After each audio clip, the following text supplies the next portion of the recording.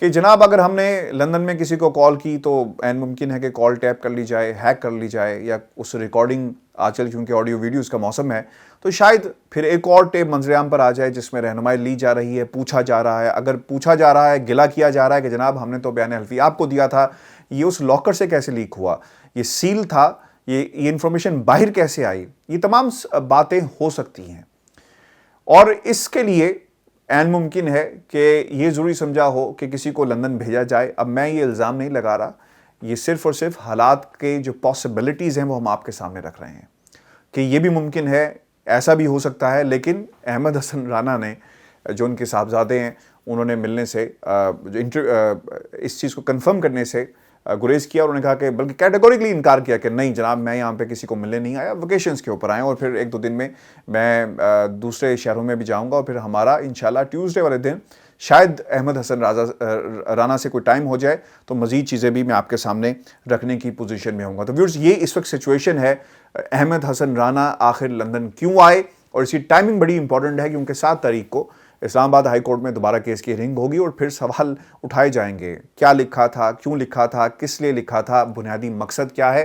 اور یہ بھی یاد رکھیے گا دسمبر کے اندر ہوم آفس میں جو کیس ہے، جو ہوم آفس کے خلاف کیس ہے عدالت کے اندر، اس کی بھی کیس کی جو ہیئرنگ ہے اس کی تاریخ فکس ہونی ہے. ابھی تک کوئی تاریخ سامنے نہیں آئی میرے سورسز کے مطابق. اگر کوئی آ گئی ہو یا کچھ اور ہو تو میں کچھ کہہ نہیں سکتا، لیکن ہمارے پاس جو انفارمیشن اب تک موجود ہے ابھی کیس کی ڈیٹ فکس ہونا باقی ہے. دوسری اہم خبر جس کا ذکر میں نے کیا، احسن بھون بھی لندن میں موجود ہیں، سپریم کورٹ بار ایسوسی ایشن کے صدر ہیں. آپ کو یاد ہوگا آسما جہانگیر کانفرنس کے اندر نواز شریف صاحب کی تقریر کروائی گئی اور کہا گیا، اور بعد میں ایک ایسے پلیٹ فارم کے اوپر جہاں پہ ججز یعنی تمام جو امپورٹنٹ جج صاحبان ہیں وہ اس کانفرنس میں موجود تھے، چیف جسٹس آف پاکستان موجود تھے، جس پہ انہوں نے تقریر بھی کی بعد میں آ کر کہ جس طرح کا خاکہ ان کے حوالے سے پاکستان کی عدلیہ کے حوالے سے اس کانفرنس میں پیش کیا گیا، اسے وہ کنڈیم کرتے ہوئے نظر بھی آئے. دوسری طرف اسلام آباد ہائی کورٹ کے چیف جسٹس عطا من اللہ بھی اس میں موجود تھے، انہوں نے بھی اپنے خیالات کا اظہار کیا.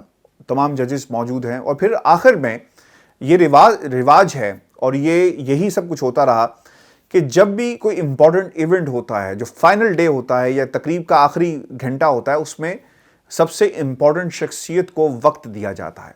احسن بھون صاحب نے نواز شریف صاحب کی تقریر ہوئی، اس میں بعد میں انہوں نے اپنا موقف بھی دیا کہ جو کچھ انہوں نے کہا یہ عدلیہ کا یعنی کسی بار کا موقف نہیں، ان کا اپنا موقف ہے اور ہم پر یہ الزام لگانا صحیح نہیں ہوگا، اور ہم اس موقف سے اس کے ساتھ اس کی تائید نہیں کرتے بلکہ ہم اس سے بالکل الگ ہیں. تو احسن بھون صاحب اس وقت لندن میں موجود ہیں اور میں سلام پیش کرتا ہوں آرکیٹیکٹس کو جنہوں نے اس پوری کانفرنس کو بنایا. اور میں آج بھی نون لیگ کے کچھ لوگوں کے ساتھ بیٹھا یہی بات کر رہا تھا کہ سلام ہے آپ لوگوں کو اور ان لوگوں کو، ان برینز کو جنہوں نے تمام ججز کو ایک پلیٹ فارم پہ بٹھایا. اور پھر اس کے بعد نواز شریف جو انہی عدالتوں میں مطلوب ہیں، اشتہاری ہیں، اسی عدالتوں کے ججز کے سامنے آخر میں ایک ایسی تقریر کرتے ہیں، عدلیہ پر کے خلاف باتیں ہیں، پاکستان کے اداروں کے خلاف باتیں ہیں، نظام کے خلاف باتیں ہیں. تو اس سے اچھا ماسٹر سٹروک جو ہے وہ نہیں کھیلا جا سکتا تھا، اور یہ ماسٹر سٹروک لوگوں کو اندھیرے میں رکھ کر کھیلا گیا کہ عدلیہ کو سامنے بٹھائیں، نواز شریف صاحب آئیں گے، تقریر کریں گے، اور پھر اس کے بعد جو دل کی بات ہوگی وہ کہی جائے گی اور ایک امپیرسنگ سچویشن پیدا کی جائے گی. میں نے تو اسے ماسٹر سٹروک کہہ دیا، لیکن یہ ماسٹر سٹروک تذلیل کی گئی، اپنی طرف سے ماسٹر سٹروک کھیل کر تذلیل کی گئی پاکستان کی عدلیہ کی، تذلیل کی گئی پاکستان کے اداروں کی. لیکن جو جتنے بھی پلانرز تھے انہوں نے خوب کھیلا اور خوب پلان کر کے یہ سچویشن جو ہے وہ پیدا کیا ہے. ویورز، ایک دو روز میں ہماری احمد حسن رانا سے ملاقات بھی ہوگی انشاءاللہ. تفصیلات آپ کے سامنے مزید لے کر آئیں گے اور کوشش کریں گے کہ ان کی جو بنیادی مقصد ہے برطانیہ آنے کا مزید ہم انویسٹیگیٹ کریں. اور احسن بھون صاحب سے جو میری بات ہوئی، انہوں نے کہا کہ میں لندن میں موجود ہوں اور سینٹرل لندن میں موجود ہوں اور کچھ دنوں تک یہاں پہ رہوں گا، فیملی کے ساتھ ہوں، اور یہ ان کا کہنا تھا. میرے ساتھ پاکستان سے اظہر صدیق صاحب بھی موجود ہیں. میں چاہوں گا کہ ہم ان کی طرف چلیں اور جاننے کی کوشش کریں کہ بنیادی کیا مقصد ہے ان دونوں شخصیات کا آنا، اور خصوصاً اسلام آباد ہائی کورٹ کے اندر جو اس وقت توہین عدالت کی درخواست ہے، بیان حلفی کا معاملہ ہے، سزا ہو سکتی ہے، اور کیا اس کی اثرات مرتب ہوں گے پورے سسٹم کے اوپر. پاکستان سے ہمیں جوائن کیا ہے حضرت صدیق صاحب نے. سر بہت شکریہ آپ کے وقت کا. السلام علیکم عرفان ہاشمی صاحب. سر آج سنڈے ہے اور میں نے آپ کو سنڈے آج کے دن جو ہے وہ تنگ کیا ہے، لیکن سر خبر ہی ایسی ہے. آپ نے میرا اتنا لمبا جو ہے انٹرو سن لیا ہوگا. جج رانا شمیم کے برخوردار اس وقت لندن میں موجود ہیں. اب سے کچھ ہی دیر پہلے میری ان سے ٹیلی فون پہ جو بات بھی ہوئی اور انہوں نے مجھے بتایا کہ وہ لندن میں کہاں پہ موجود ہیں، اور پھر ہماری ملاقات کا وقت بھی اس کا تعین ہو رہا ہے، اور انشاءاللہ ہم ان سے ملیں گے بھی اور ان کا لندن آنے کا مقصد جو ہے وہ جانیں گے. نمبر 1. دوسری طرف 2 روز پہلے احسن بھون صاحب جو سپریم کورٹ بار ایسوسی ایشن کے صدر ہیں، وہ بھی لندن میں موجود ہیں، اور ان سے بھی ٹیلی فون پہ کنفرمیشن ہوئی اور انہوں نے بتایا کہ وہ لندن میں موجود ہیں. سر یہ اتنے سارے کوئنسیڈنس کیوں ہو رہے ہیں؟ نمبر 1. نمبر 2. 7 تاریخ کو باقاعدہ جو بیان حلفی ہے اس کو پیش کرنا ہے، یہ بھی بہت امپورٹنٹ ہوگا حضرت صاحب. تو میں چاہوں گا کہ اس پہ روشنی ڈالیں بغیر کسی کا نام لیے ہوئے، بغیر کوئی کانسپریسی تھیوری، کیونکہ ہمیں ان لوگوں سے جو بات ہوئی، ان سے جب پوچھا گیا تو انہوں نے کہا کہ ہم اپنے نجی دورے پر ہیں، ہم نہیں چاہتے کہ ہم کسی کنٹروورسی میں پھنسیں. لیکن یہ سر بہت ہی امپورٹنٹ ہے. جی سر. عرفان ہاشمی صاحب، یہ ایسے نہیں ہو گیا. میرے تک تو خبر ہے، جو کہ آپ نے بات اب کہہ دی ہے، تحقیق آپ کر دیں، لیکن میں خبر بتا دیتا ہوں. بنیادی طور پر 3 کوششیں کی تھیں جو بری طرح سے ناکام ہو گئیں. پہلے رانا شمیم کا ایفیڈیوٹ جو بنایا، وہ آرکیٹیکٹ جنہوں نے تیار کیا وہ ان کے گلے ہی پڑ گیا، اور انہیں اندازہ نہیں تھا کہ معاملہ جو ہے اسلام آباد ہائی کورٹ کے اندر توہین عدالت کی طرف چلا جائے گا. وہ تو اسی طرح اپنا کھیلنا چاہتے تھے میڈیا کے اوپر، لیکن وہ تو اب عدالتی پروسیڈنگ کا ایک حصہ بن گیا، اور وہ بھی توہین عدالت کا. اس سے پہلے آپ کو یاد ہے، میں پہلے بھی ذکر کر چکا ہوں کہ ارشد ملک کی ویڈیو جب آئی تھی تو اس وقت سپریم کورٹ نے پرنسپل طے کر دیے گئے تھے، ایسی کوئی اگر چیز آتی ہے تو وہ باقاعدہ اس کا پہلے فورینسک ہونا ہے، پھر کراس ایگزامن ہو رہا ہے، پھر دیکھنا ہے کہ جو باتیں کی ہیں واقعی اس کا اثر ہوا ہے. اور اسی ججمنٹ کے اندر یہ تحریر تھا کہ آصف علی زرداری کے کیس کے اندر بھی جو اپنا ٹیلی فون کال لیک ہوئی تھی، اس کو ٹیلی فون کال کی وجہ سے بری نہیں کیا گیا تھا، شہادتیں نہ ہونے کی بنیاد پر بری کیا تھا. یہ ریکارڈ کی چیزیں ہیں. دوسرا، انہوں نے جو ویڈیو ایک آڈیو جو جوڑ کے بنائی گئی، امریکہ کے اندر فورینسک کرایا گیا. وہ ہمارے بھی ایک دوست ہیں پاکستان کے اندر، وہ فورینسک فائنل آ رہا ہے، بہت جلد پیش کرتے، بڑے لوگوں کو انتظار ہے. اسی طرح یہاں برطانیہ میں بھی ایک دوست ہے، انہوں نے رپورٹ حاصل کرنے کی کوشش کر رہے ہیں، وہ چیز بھی تقریباً پٹ گئی. اور تیسرا، جب اسلام آباد ہائی کورٹ نے اوریجنل ایفیڈیوٹ مانگ لیا تو وہ تو لگ رہا ہے ان کے گلے پڑ گیا ہے کہ وہ تو اب پھنس گئے. اوریجنل ایفیڈیوٹ جب آپ پیش کریں گے، جو باتیں کہیں گے، ان باتوں کو اون کرنا بڑا مشکل کام ہے. ایفیڈیوٹ پہ کہہ دیا، الزامات لگائے، تو توہین عدالت میں کاروائی بڑے واضح طور پر ہو سکتی ہے. اور دیر از اے پاسبلٹی، 2 چانسز میں دیکھ رہا ہوں. ایک تو میں یہ دیکھ رہا ہوں کہ یہ رانا پیسن جو آئے ہیں یہاں پر، یہ نواز شریف سے ملنے آئے ہیں، یا کوئی نہ کوئی ایسی حالات پوچھنے آئے ہوں گے کہ اب لایا عمل کیا طے کیا ہے. انہوں نے کہا میری کوئی ملاقات نہیں ہے، نہ حسن سے ہے نہ حسین سے ہے، میں ملنے نہیں آیا. یہ وہ کہہ رہے ہیں عرفان ہاشمی صاحب، یہ وہ کہہ رہے ہیں، یہ ایسے نہیں ہے. بنیادی طور پر وجہ یہ ہے کہ یہ بہت بڑا رسک لینا ہے، انہوں نے اپنی لائف کا رسک لینا ہے. توہین عدالت میں سزا ہو جاتی ہے اگر ان کو، تو وہ وائس چانسلر کے حوالے سے ذوالفقار شہید Bhutto law college, university law college کے حوالے سے وہ وہاں سے فارغ ہو جائیں گے.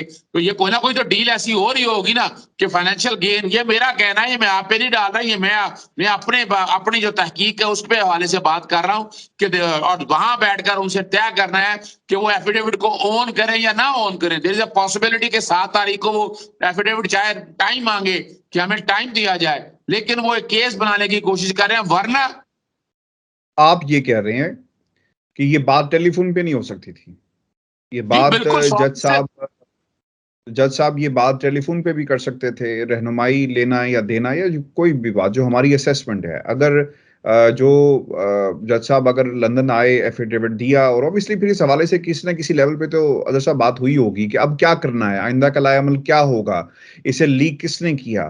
یہ تمام سوالات پوچھے ہوں گے. یہ تو نہیں ہو سکتا. پھر یہ بھی عین ممکن ہے کہ یہ باتیں ٹیلی فون پہ اس لیے نہیں ہو سکتی کیونکہ خدشہ اس بات کا تھا کہ یہ باتیں اگر ٹیلی فون پہ ہوئی تو یہ ایلیمنٹ موجود ہے کہ کوئی اسے سن لے گا, ریکارڈ کر لیا جائے گا, ایک اور آڈیو منظر عام پر کہیں نہ آ جائے کہ کس طرح باتیں ہو رہی ہیں. یہ سب پاسبلٹیز ہیں. اسی لیے آپ یہ کہہ رہے ہیں کہ انہوں نے خود نہیں آئے, برخوردار کو بھیج دیا, یہ آپ کہنا چاہ رہے ہیں؟ دیکھیں ایک بات تو بڑی واضح طور پر آپ کو پتا ہے, آڈیو اور ویڈیو کا سین چل رہا ہے اور پاکستان کے اندر ٹیلی فون پہ بات کرنا تو وہ تو سارا گیم پلان الٹ ہو جائے گا نا.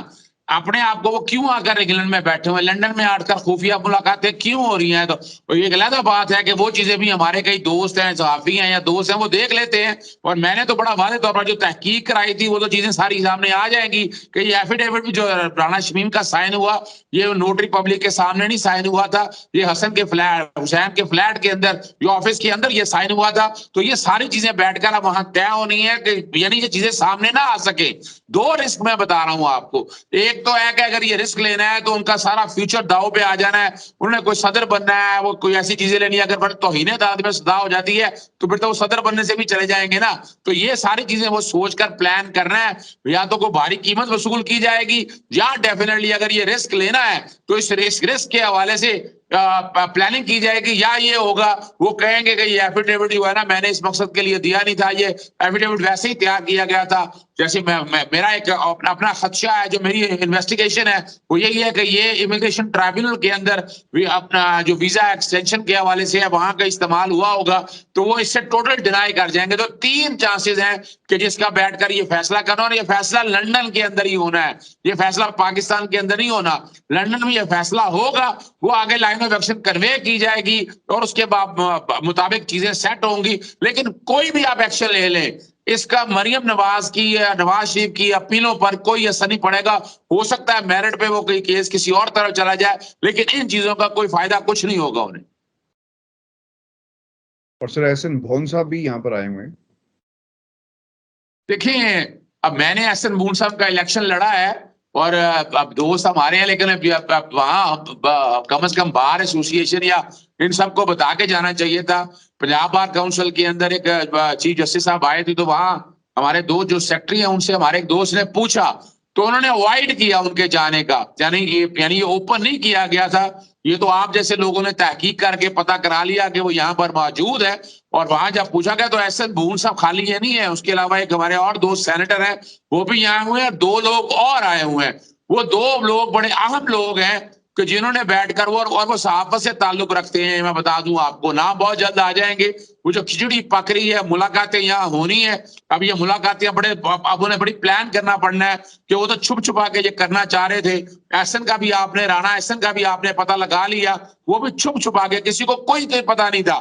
یہ تو یہاں آ کے یہ ساری چیزیں اب ایکسپوز ہو گئی ہیں تو لگتا ہے کہ اپنا یہ ملاقاتیں کسی خفیہ جگہ ہوں گی یا کسی تیسری جگہ پر ہوں گی.